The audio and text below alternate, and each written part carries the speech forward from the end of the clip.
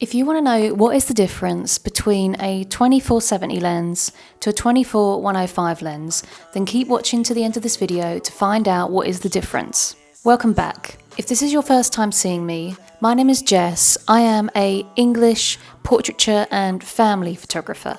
So if we compare now the 24-70 and the 105, so with the 24-70 it looks pretty good, but if you look at the 24-105 you can see a tiny bit of distortion happening and a bit more of a vignette around the photo. So now I just want to show you some comparison photos so you can take a look on the differences between the two lenses.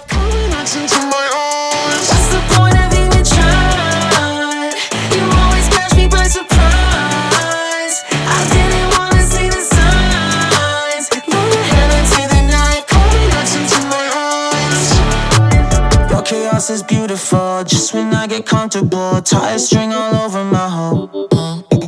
Drive me till I'm miserable. We both know it's pitiful. So which one do you prefer? Let me know down in the comments below. And if you want to get your hands on any of these lenses, you can click on the links down in the description. So I hope you enjoyed this video, and if you did, don't forget to hit the like button, subscribe, and turn on the bell so you're notified on my next video.